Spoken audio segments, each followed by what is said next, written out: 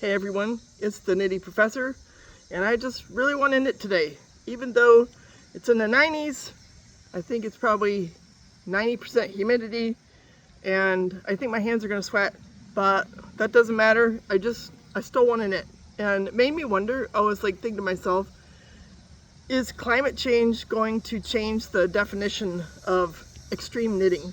So extreme knitting is something that I kind of bring up in my first novel, and there are several definitions of it.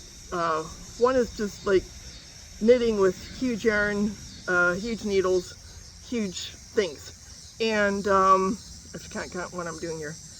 The other is, I know Fruity Knitting introduced this idea of just going out into nature and knitting. And I was thinking to myself, is extreme knitting in the age of climate change going to be just sitting out here when it's extremely hot and knitting in that kind of an environment? And you know, it could be, because I don't want to stop knitting, and it made me wonder, like, you guys who live in Phoenix and that kind of thing, what do you do? Like, how do you just sit in the air conditioning to do this, or do you just sort of spend the summer not knitting? And your summers are kind of long. Here we have 2 good months of extreme heat, I would say. Well, for our purposes, it's nothing like Phoenix. I mean, if we have a 100-degree day, it's pretty rare. But, you know, this is perfect weather for sweating. It's also perfect weather for listening to the cicadas. Can you hear them? They're going to town up there. We have some pretty tall elm trees and some ash trees. They're going to go by the wayside. But the cicadas, they get really high up in those trees. There they go. That noise just kind of makes me happy.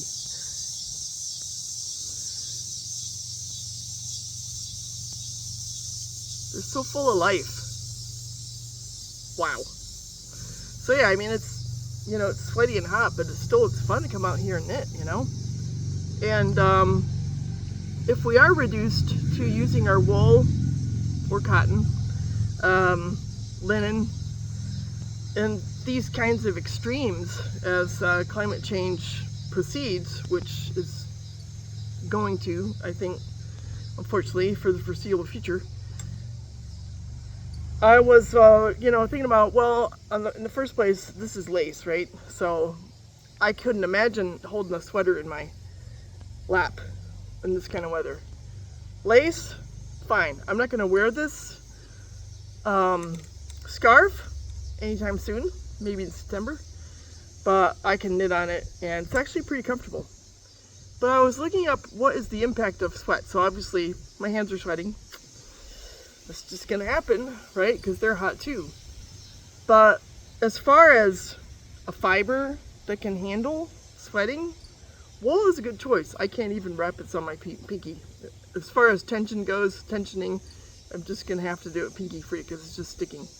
But wool is a great fiber for that because number one, it's naturally antibacterial. And like, I'm actually wearing wool socks right now. I have wool socks and a pair of boots on. And what I like about those is the wicking property of wool.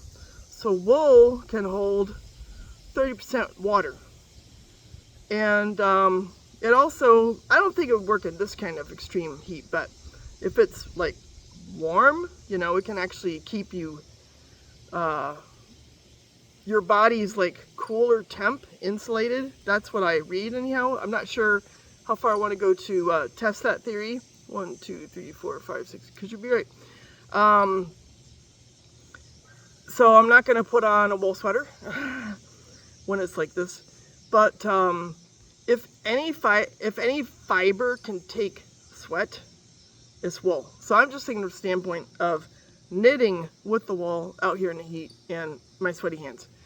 And wool is actually, it's pretty darn washable when it comes down to it, because if you just have, you know, the right kind of wool wash and a delicate setting on your washing machine, then you should be good to go. So it seems like it, you know, it's like almost self-cleansing in a way.